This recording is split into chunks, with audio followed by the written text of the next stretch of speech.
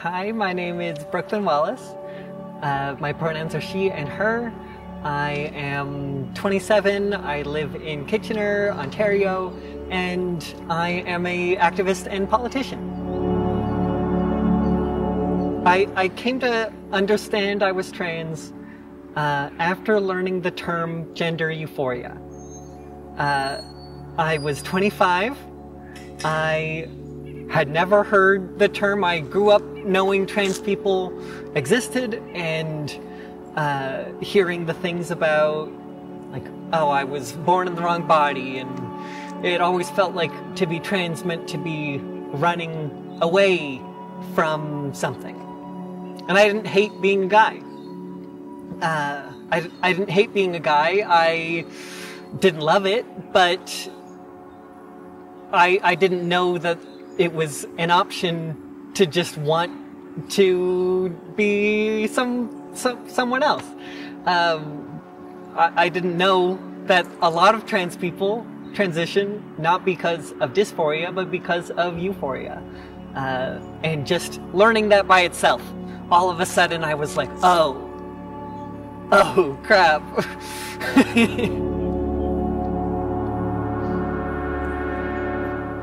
I was in a really dark place. Just at the end of high school, I felt very lonely. I felt very awkward in my body, as all high schoolers do at some point. I didn't know what I was going to do for a career, or if I could do schooling or anything like that. What I would say, first off, is ADHD is a disability and you have to look it up. You have to look up what it means for you. I knew I had ADHD at that point, but I didn't know what it meant. For the most part, I thought it just meant low attention span, when it's actually very similar to autism. And I didn't know that. I had no idea. And I didn't know for another 8 years or so. Trans people transition because they want to be trans, not because they are running from something. I also know that I don't know if I was ready. I think I transitioned at about the right time for me. I didn't know that I was sad. I think that's something a lot of people can relate to. I had this cloud of dysphoria that I didn't know about. I know I said I didn't transition to leave dysphoria because I didn't know I was dysphoric. It wasn't until I started transitioning and started actually thinking about what gender meant and what gender presentation was, and all of that stuff, that I realized I had never felt comfortable in my body. That the reason I don't or didn't wear shorts ever was because of dysphoria. I realized that a lot of feelings growing up, I would dress up as a girl while I was a kid, for plays and for play when just playing with friends and stuff, and I didn't realize why I was so comfortable doing that. And there can be many reasons for someone to be comfortable doing that, but for me it was that. It was that that was what I preferred to present as, but I didn't have those words yet. My wife was very accepting, my friends and most of my family was very accepting. My mom hasn't been, not too much. I asked her to help give me a middle name. I thought that she knocked it out of the park with my dead name, with my first name, and I had already chosen Brooklyn for my new first name, but I wanted her to give me a new middle name just as a like to keep that connection there. And I gave her about a year of time to decide. And by the end, she still said, no, I'm not ready for that. I can't do it. So I went ahead.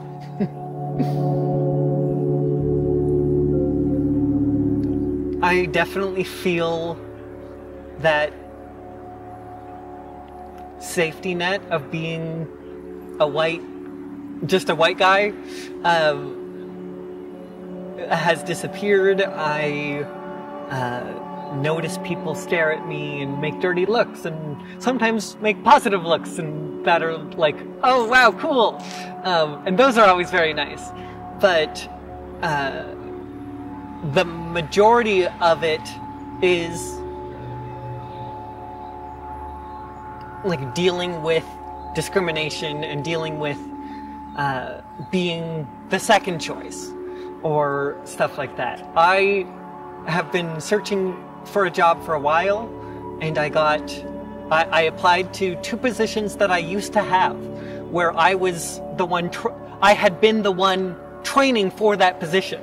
I had been the one who trained new employees for that position, and I got rejected from both of them. And I don't want to guess at anyone's reasoning, but also it feels like, well, one thing is the major thing that has changed, which is frustrating. I am happy.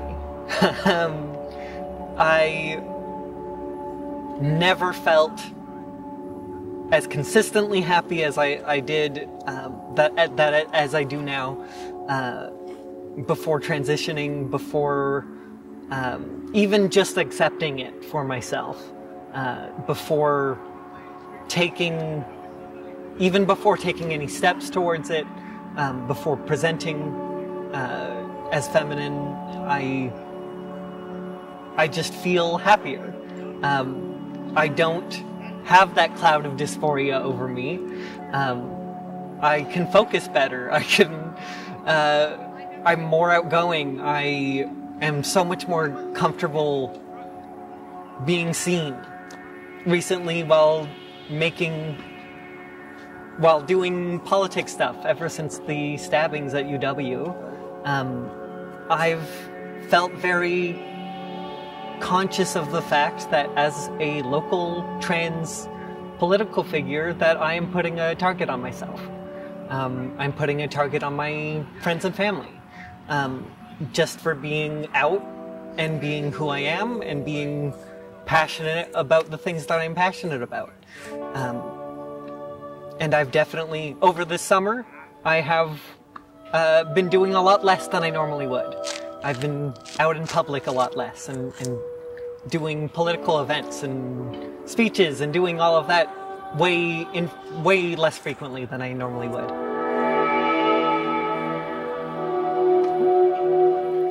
When it comes to career stuff, I am sort of in the middle. In a funny state of transition, no pun intended. I am just sort of in between running for a couple different positions politically and waiting for another chance to do the next one. I'm working retail. I am waiting for the next election. But until then, my family and my friends are where I'm spending most of my time with. I have a wife, I have a wonderful dog, I have a girlfriend who is excellent, and a really good support group of trans friends and cis friends, and yeah, my life is wonderful. Even if it's a little confusing, it's wonderful. My guiding principle is be good to people, not in a golden rule sense really, but just be good to people because people deserve it. and I deserve people to be good to me, but and I won't be good to someone who is terrible to me, but making people happy and laugh and talking to people and learning their stories, and all of it is based around this idea that just people are really amazing. Hearing personality traits, hearing childhood events and all of that. Like, I love that. I love that so much. I find people endlessly fascinating, and that's why I'm doing politics, is it leads me to talk to a lot of people, which I just love. What gets me out of bed in the morning? I mean, my alarm clock. I have an app that makes it so I have to go scan a barcode on my fridge before it turns off, because if I don't do that, I just turn off the alarm and go back to sleep. And I can't do that because I have stuff to do. But along the same lines as the last question is I love people, I love helping people, I love working with people, I love learning about people. It's all of that that gets me up. I'm excited about life, I'm excited about living it.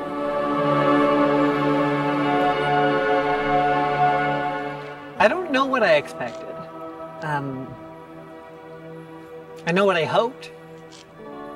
And what I hoped and what I got is pretty similar. Unfortunately, it did take me 14 months to get hormones, to start doing that, but it's been 5 months today, and I am so happy. I'm loving the changes I've been getting. It's just been so good for me, and all of that. It just has been excellent. Outside of that specifically, I expected more negative comments while I was canvassing, and I thought it would be a little bit harder to be a politician, which is something I hadn't started doing, but something I wanted to start doing, but never really had the energy or the passion for it until the cloud of dysphoria was gone. The way the world interacts with me, I thought would be worse. And it's not perfect, but it definitely isn't as bad as I had feared. Like I said, I've only been on hormones for 5 months, and that's going to change because I'm going to be on hormones forever. So we'll see what 20 years, what 1 year feels like, what 20 years, what 50 years feels like. Fingers crossed. As well as, I don't know what surgeries I'll ever get, or probably more voice training.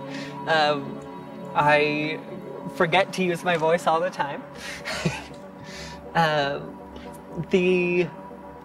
The future holds a lot of interesting stuff for me. I've run for...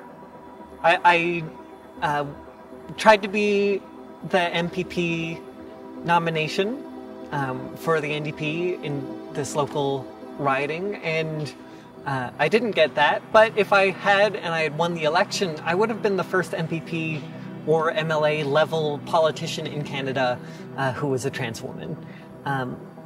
And that is not off the books. That's not finished yet. If I went for MP, I would still be the first trans woman MP in Canada. There's a lot of stuff that I can see myself doing, and I'm gonna try my best to do it. And if I'm a first at some point, so be it. Would be cool. But I'm not specifically aiming for whatever I can be the first in, but it would definitely be cool.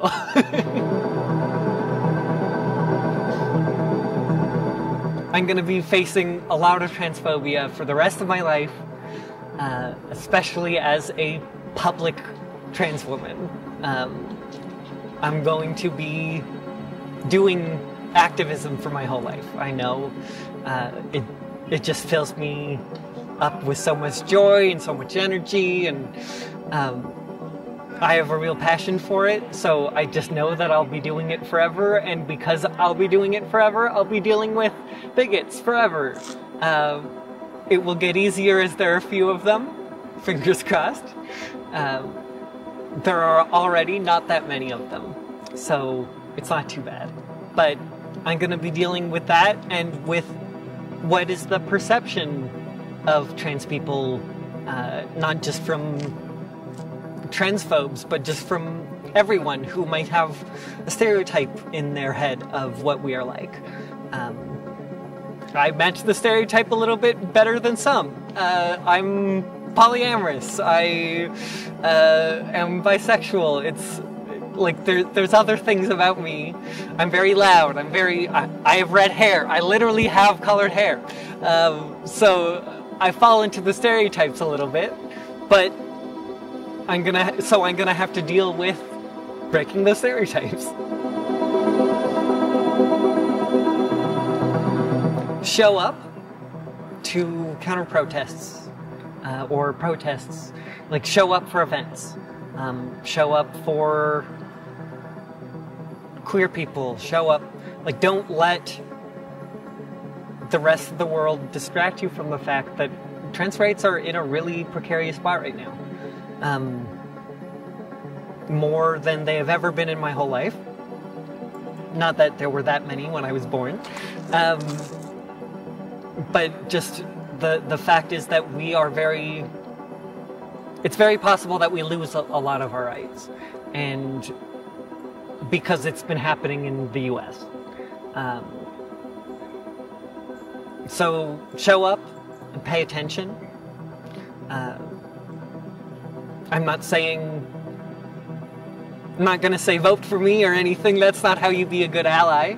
I'm saying pay attention to what's happening in your community, because there's something happening. Pay attention to your school boards. Pay attention to your city councils, because that's where this is, like, that's the grassroots for this. That's where it's starting, and if you aren't paying attention, you won't know.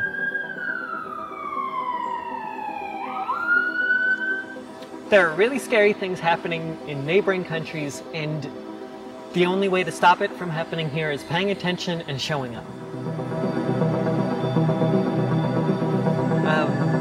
I don't know what my life is going to look like in 5 years, let alone 10 years, or 2 years, or 1 year, if I'm being honest. So I'm having a wonderful time right now, and I hope I still am.